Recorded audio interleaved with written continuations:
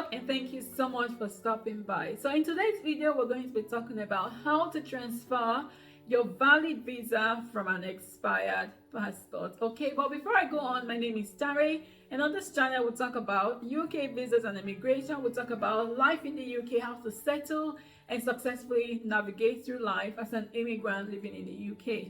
So if this sounds like something you're interested in, then please subscribe, turn on your bell icon so you don't miss out on any of my videos going forward. And to my returning subscribers, thank you all so much for always coming back to watch my videos. I appreciate every single one of you. Thank you so much. Okay, so like I said, we're going to be talking about how to transfer your valid visa. So if you have a valid visa and your passport is expired, what do you do? I think the first question we want to ask is it possible to transfer your visa to a new passport? And the answer is yes, it is possible. It is possible to transfer your visa from an expired passport. Okay, and the next question is, how can we do this? There are certain circumstances in which you can actually transfer your visa from an old passport. Okay, so the first one is if that passport is actually expired. So if it's expired, you can transfer it. If you have a passport that has a 90-day sticker, say for instance, you travel to the UK, maybe on a student visa, on a spouse visa, whatever kind of visa you have, and it has this 90-day sticker, which is also called the vignette. I think that's the right pronunciation. If that 90-day sticker has expired, you can actually transfer the rest of it. So they will normally give you that 30 days, a 90-day sticker, and the rest of the visa will be on a biometric residence permit card. So you can actually transfer that to a biometric permit card. Okay, so the third circumstance in which you can actually transfer your visa is if you have a change of name. Say for instance, you have a passport that has a certain name, maybe your details have changed, maybe your name, you became married, or you changed your title, your sex, whatever reason, your name or your personal details have changed. You can actually transfer your visa from that passport. So you would need to get a new passport, obviously, and then you can transfer the visa from that old passport to the new passport. So those are the circumstances in which you can actually transfer your visa, your valid visa, from an old passport to a new passport. And what we're going to be talking about today is if your passport is actually expired. So if you have an expired passport and your visa is still valid, and you're wanting to travel, you can actually travel with it. So you have an old passport and a new passport, you can travel with the old and new passport. So that's not a problem. But in certain circumstances, say for instance, you want to prove your right to work. Maybe you've got an employment, or you got a new job or whatever, and you're wanting, the employer is wanting to prove your right to work, they would not accept your visa on your old passport. So in that case, you would need to get a new passport or a biometric residence permit card.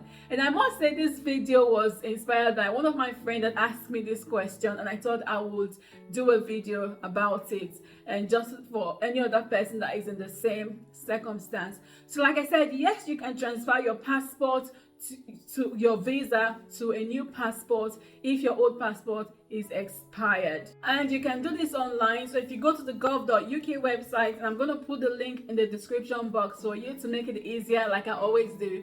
So if you go to the gov.uk website, there's a link there for you. If you click on that link, there will be a form for you to fill. Once you fill that form, there are certain documents that you need to attach as well to the application. And once you've done that, you also need to go for your biometric appointment. So you need an appointment so that you can go for your fingerprints and your photo to be taken for your new passport. So it's really important. I think the number one thing for this video is to assure you that if you have a visa on a passport that is already expired, do not panic. You can actually get it transferred. If you're going to be staying in the UK for less than 6 months, then you don't have to transfer it. But if, for instance, you have something like an indefinite leave to remain, you by all means you have to transfer it, because that's not going to work in all circumstances. If you're traveling, fair enough, but if you want to prove your right to work, right to benefits and all of that, you might need to get a new passport. So in that case, you would need to get a new passport or a biometric card, like I said. The processing time for your biometric residence permit card to be sent to you. So once you've applied for your passport, you need to get applied to the Home Office, and they will send you a biometric residence permit card, obviously if you're staying for more than 6 months in the UK. So if you have an indefinite leave to remain, you would need the processing time for your visa will be up to 6 months. Okay, so you need to apply online, like I said before. The processing time is about 6 months, okay, within 6 months. So again, it might be 3 months, it might be 4 months, but it could be up to 6 months depending on your circumstance. And I always say everyone's circumstance is different. If all your documents and all the requirements are correct, then your application will be easy, straightforward, and fast. But if they have to ask you for more documentation, say for instance you are changing your name, then and you haven't given them the proof of change of name, they will have to message you to bring proof of change of name and all of that, and that could lead to a delay in your application. Okay, so the processing time for an indefinite leave to remain biometric residence permit card, I can't get my words out, is up to 6 months. But if you have a limited leave to remain, say for instance you have a leave to remain for maybe 1 year or 2 years or 3 years or even 5 years, then the processing time is 8 weeks. So within 8 weeks you will get a response from the Home Office, and the amount for that one is £161.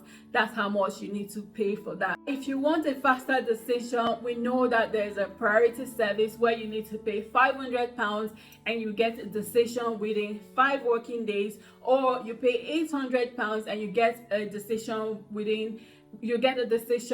the next working day. So if you want a decision quicker, then by all means you can do that. Pay an extra amount of money and you will get a response sooner than every other person.